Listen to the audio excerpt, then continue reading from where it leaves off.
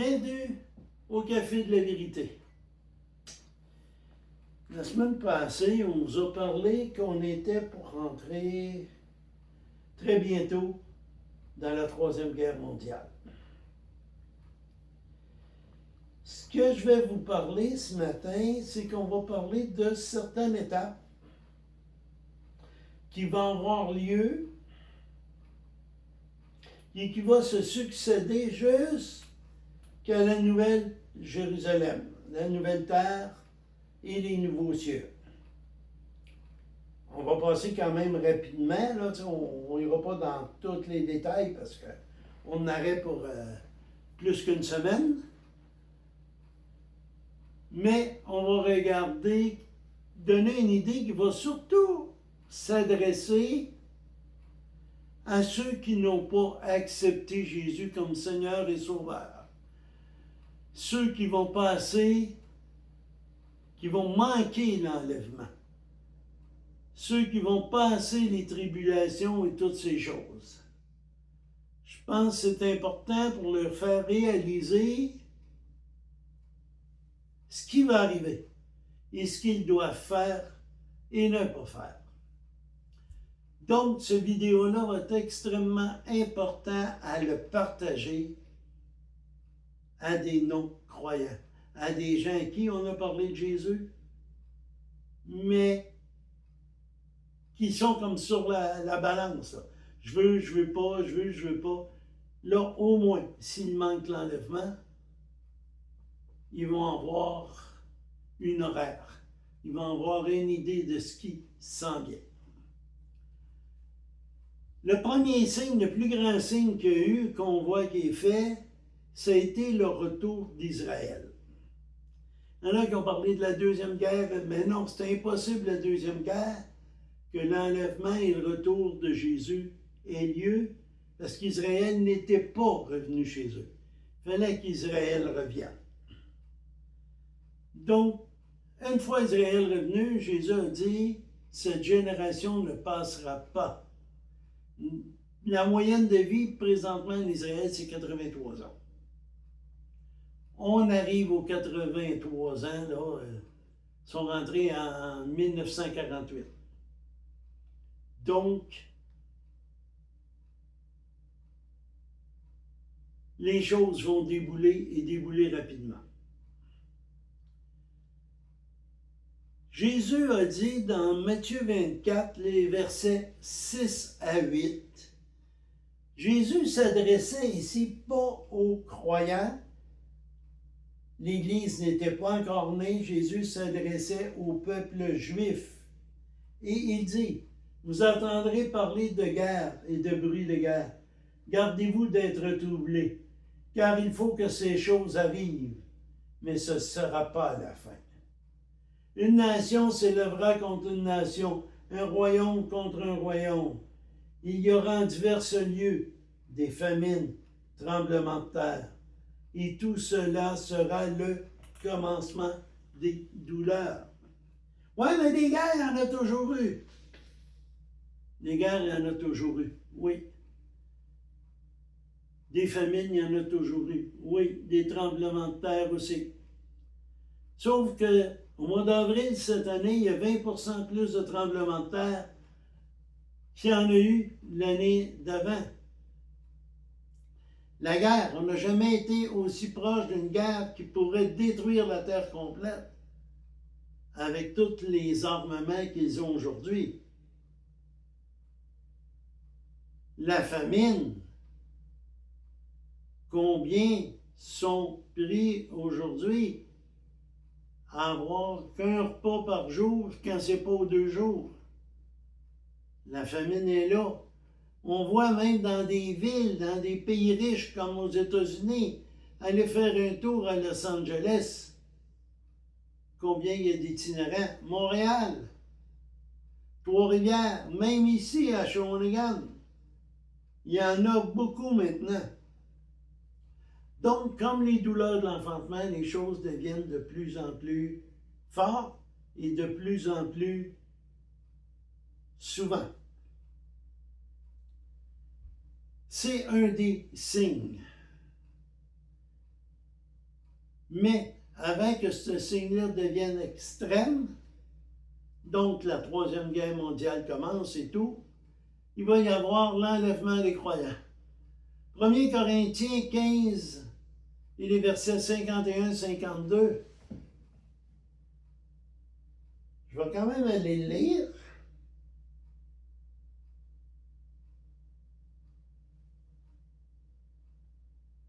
Voici, je vous dis, un mystère. Nous ne mourrons pas tous, mais tous nous serons changés.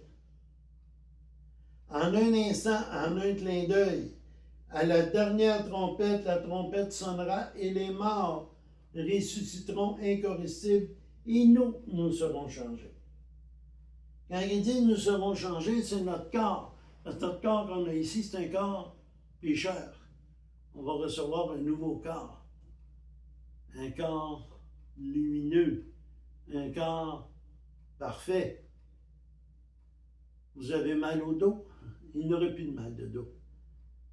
Il vous manque une jambe? Vous allez avoir deux jambes.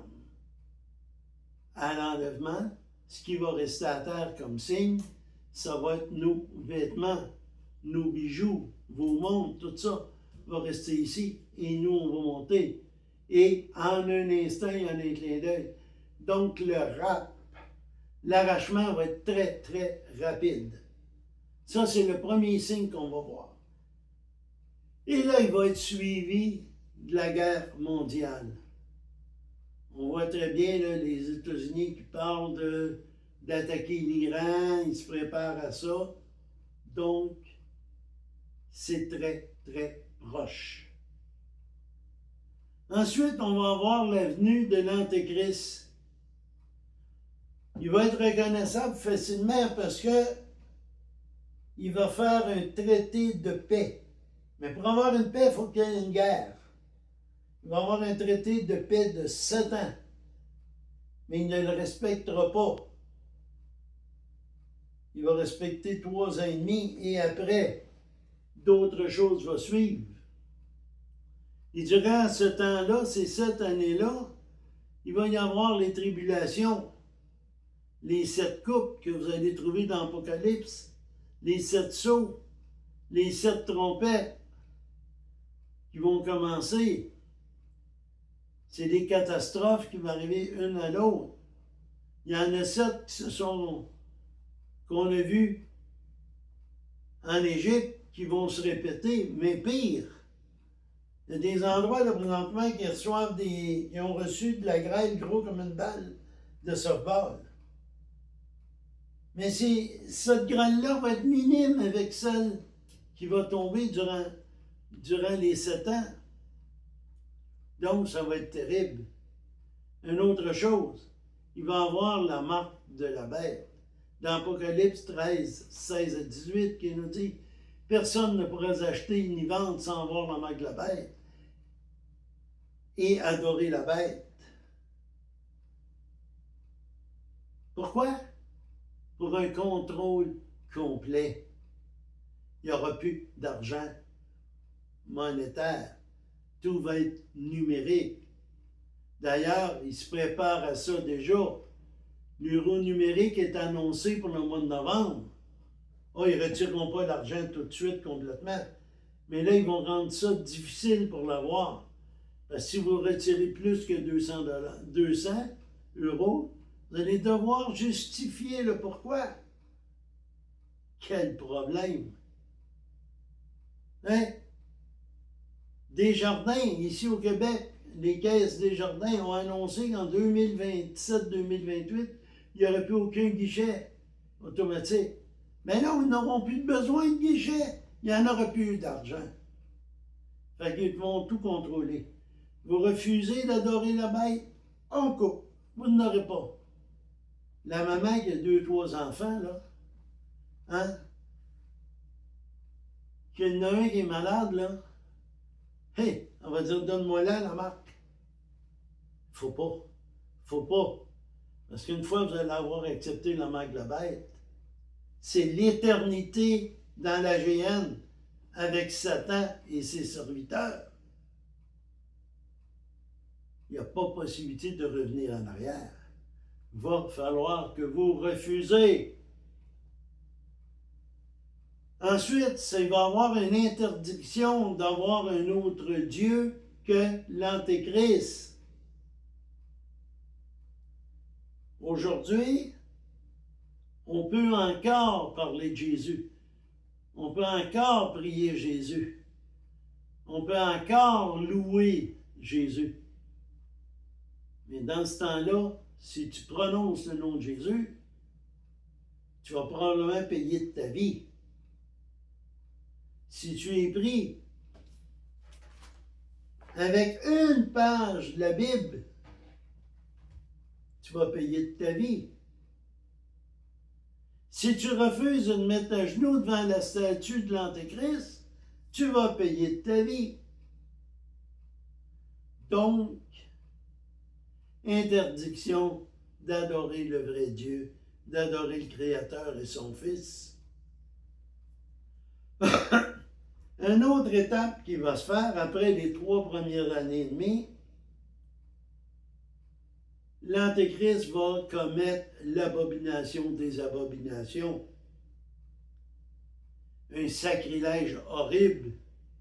Il va aller s'asseoir dans le temple. Il va faire arrêter tous les sacrifices que les Juifs vont avoir fait depuis la reconstruction du temple, qui va avoir lieu tout de suite après la Troisième Guerre mondiale. Il va se dire Dieu, il va vouloir être adoré comme Dieu. Il n'acceptera pas que tu offres des sacrifices à d'autres dieux. On va aller voir Daniel.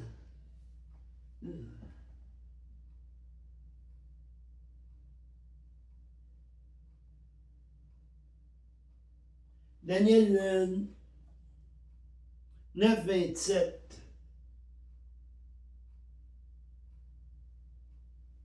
Il fera une solide alliance avec plusieurs pour une semaine.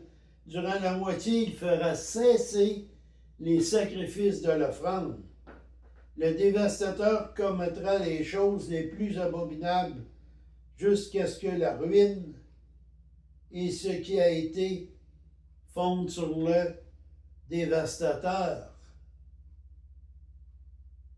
C'est clair. C'est clair, hein? Il veut prendre la place de Dieu. Fait qu'il va faire arrêter tout ce qui va vers Dieu. On aurait aussi, dans Matthieu 24, 15,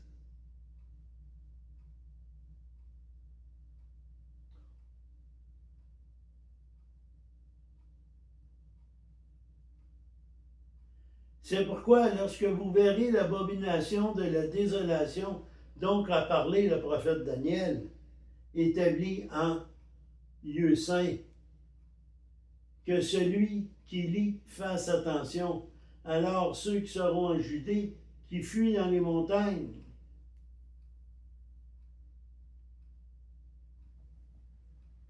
donc, dis-vous bien une chose, la Bible, qui est la parole de Dieu, a jamais fait une erreur dans les prophéties. Il y a au-dessus 25% de la Bible qui sont des prophéties. Ils se sont toutes réalisées. Ces prophéties-là aussi vont arriver.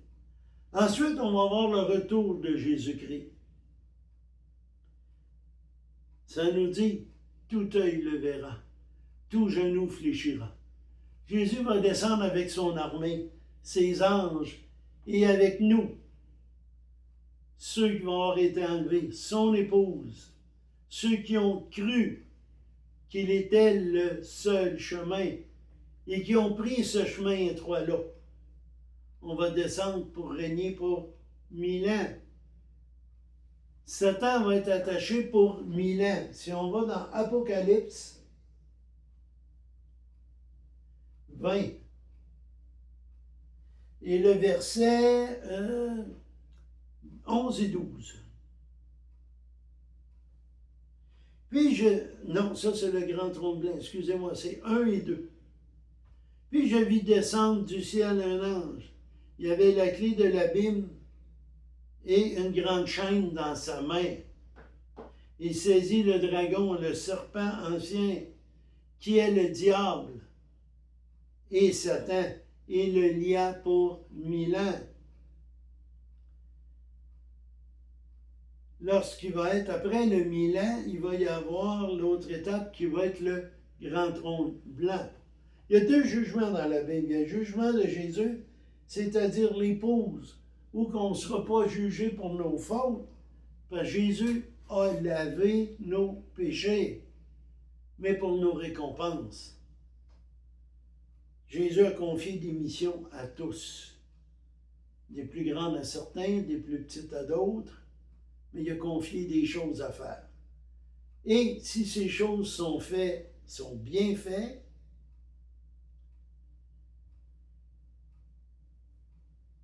on va recevoir des récompenses. On va recevoir des tâches plus importantes durant le millénium.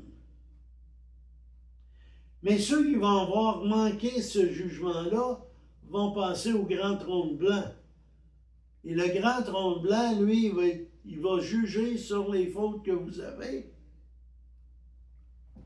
Autant qu'au ciel, on a différentes récompenses, autant qu'en enfer, il y a différentes souffrances. Et Jésus est juste. Dieu est juste. Dieu a donné à Jésus le jugement final. Et pour la plupart de ceux du trône blanc, ça va être l'enfer pour l'éternité. Et ça ne sera pas drôle. Ensuite, après ça, il va y arriver un nouveau cieux, une nouvelle terre. Et on va revenir comme dans le temps d'Adam et Ève au début, dans le jardin d'Éden, où c'est un repos éternel, où est-ce qu'on ne se cassera plus la tête, où est-ce qu'on va être heureux pour l'éternité. C'est à vous de faire le choix maintenant. Maintenant. Parce que très bientôt, il va être trop tard. La Troisième Guerre mondiale s'en vient. Et l'enlèvement juste avant. Reconnaissez que vous êtes pécheurs. Comme Romains 3, 23 dit, car tous ont péché et sont privés de la gloire de Dieu. Mais ça nous dit aussi que Dieu nous a tellement aimés qu'il nous a donné son Fils unique, afin que quiconque croit en lui ne périsse point, mais ait la vie éternelle. Reconnaissez que Jésus a tout payé. Reconnaissez qu'il est le seul chemin.